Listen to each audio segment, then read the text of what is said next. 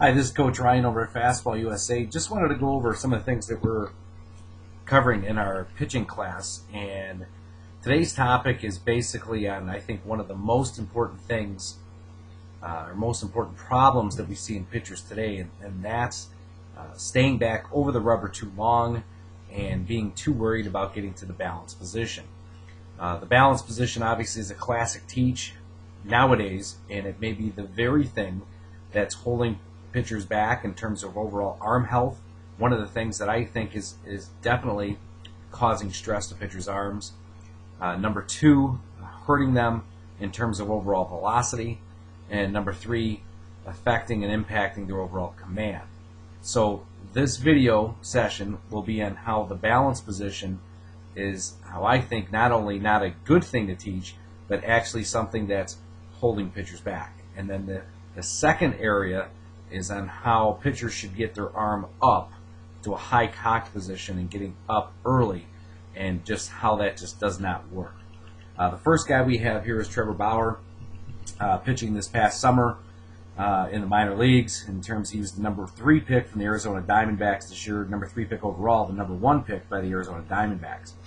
What I'm going to do is I'm going to let this play out so you can see what happens during his leg kick.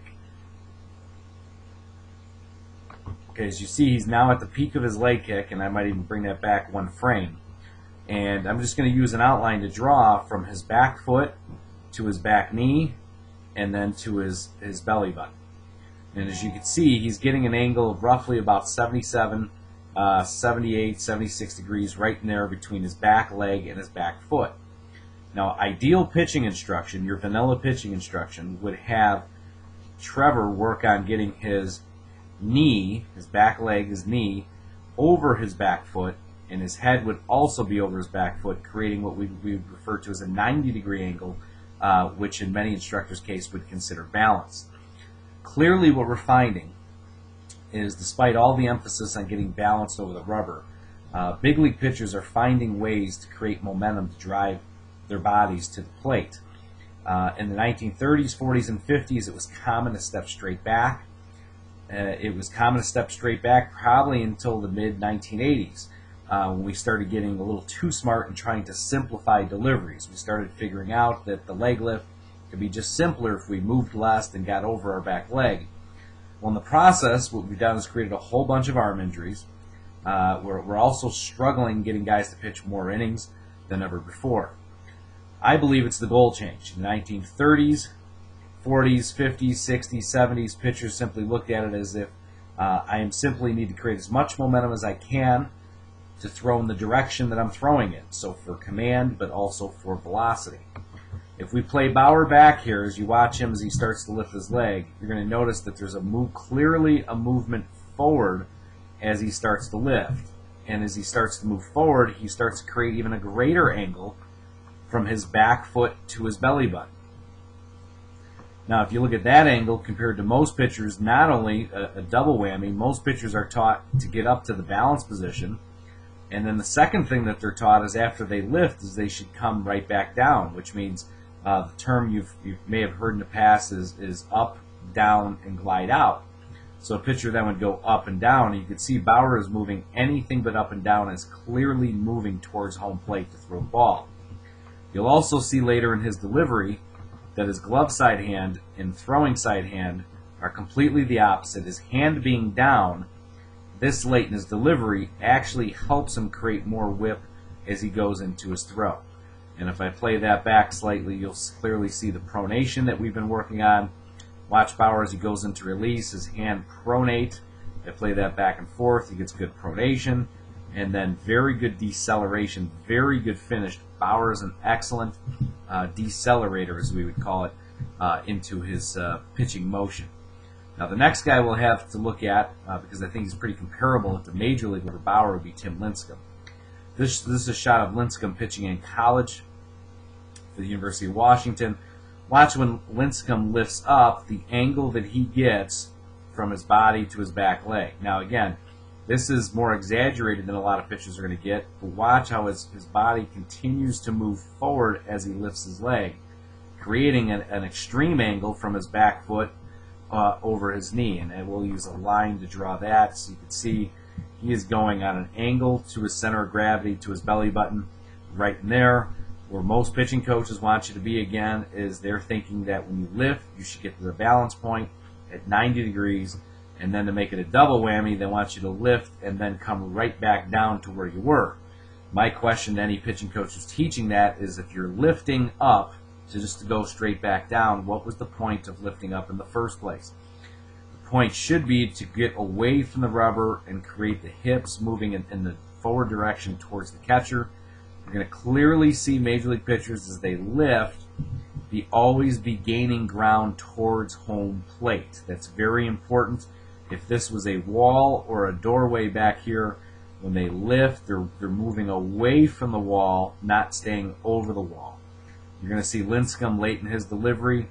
His hand is nowhere near up to this high cocked magical position, which would be up here. His hand is instead of down there, which helps him create added whip to the throwing arm as he goes to throw the ball to the plate. We'll look at a second angle Lincecum throwing in the bullpen when he's with the Giants, and you'll see a very similar thing. He comes out, he looks a lot like Trevor Bauer right here as he gets the angle from foot to belly button. He is far and away, nowhere near to being over the rubber as he starts to come down. Even here, he is out ahead of the rubber, and then look how low his hand is right there. He then turns it around as quickly as he can. So it's far and away from being up where many people are taught to be. Next guy we're going to look at is C.J. Wilson and his delivery. Now, this is not an exact side angle, but you will definitely get the idea of what C.J. Wilson is doing here. I'm going to put this in slow motion. And watch now as he lifts. I'm going to pause this so you can kind of get an idea. Now, as he lifts, we're going to look at the angle that he gets on his back leg.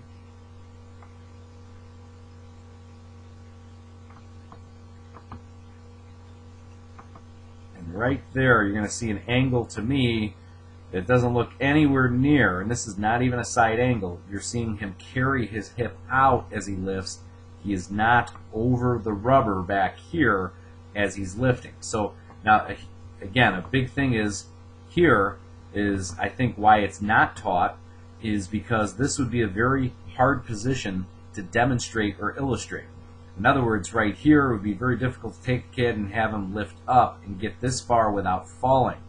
So really what we're creating is a feeling of falling in a manner of power. So watch as he lifts to the top, his hips never stop moving forward, and then he gets on an angle that is great between his back foot and his belly button right there, which is getting him, some people might call it pushing off. Others may call it bracing up. He braces up off of his back leg instead of staying over his back leg. That's a very important thing that a lot of people need to realize in terms of some of the things that's destroying pitchers today. Because, again, as late as this is in C.J. Wilson's delivery, look where his throwing hand is right now, and his foot is about to land. His foot is almost touching down. Now his hand's got to turn around very quickly in order to throw the ball.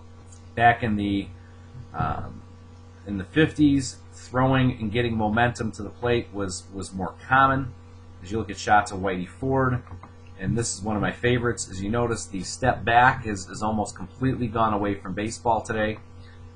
Ford here is stepping back, and he's also bringing his hands up over his head. You don't see that anymore. The reason why I don't believe you see that anymore is because the goal had changed somewhere along the line. The goal has become that you need to be balanced, as opposed to the goal back in these days was simply, how can I gain as much momentum towards that plate so I could throw it with more accuracy and more speed. Watch how Whitey Ford goes into this and steps into his delivery and lifts, and look at his momentum carry him forward towards the plate. Even at the peak of his leg kick here, he is not at that balance, which again would be a 90-degree angle. His back foot and his belly button, his center of gravity, he's got an angle, and more importantly, more than anything else, that his hips never stop moving towards the direction of home plate. Even Whitey Ford, way back then, his hand is nowhere near up this magical high cocked position. The hand is down and then has to whip through. And again, Whitey Ford again had very good command and threw obviously with some pretty good speed. So the old timers, and like I said, in the MLB guys today, they're finding ways, despite the instruction of staying back and simplifying. Watch Jonathan Sanchez as he lifts. Watch how his body continues to go to the plate and not staying over the rubber. So right here would be over the rubber. As he's lifting, he continues to move to the plate. And in this case, he hasn't even taken the ball out of his glove yet. And look where his front foot is. And now his hand starts to come out right before his front foot's going to land, and his arm stays fluid in one motion as he throws. And again, very good job of pronating right here and decelerating into his finish. You're going to see this, I could play plenty of these, you're going to see this over and over and over from past pitchers, more dramatic from pitchers in the past, the old guys who were lifting. Here's a shot of Roy Oswalt. And one thing I like to do on a shot like this is just outline the outside of his hips and watch what happens as he starts to lift his leg in through his delivery. This is already in slow motion, so you can watch as that hips goes through. See how the hips just continue to carry. And then as he gets out, he's got a dramatic angle from his back foot to his belly button. Again, this is far and away from the balance point, the stopping point that a lot of pitching coaches are teaching. The key is to keep the body moving in the direction you want to throw it in. That way your arm links up with your body and everything stays and feels in one motion. Again, great release point out in front. That's where the pronation's happening. If I take him back late in his delivery, his hand is still down, nowhere near the high cocked position in which everybody out there seems to be teaching. Last guy for today's lesson we'll look at is Randy Johnson.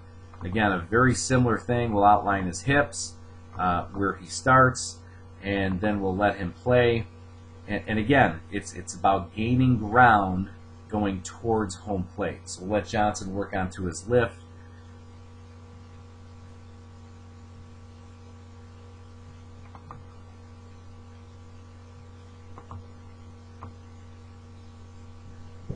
We finally get him going forward, and I'll play that back again. Look where his hips start, look where his hips go. Okay, look where his hips start, look where his hips go, and look where he is.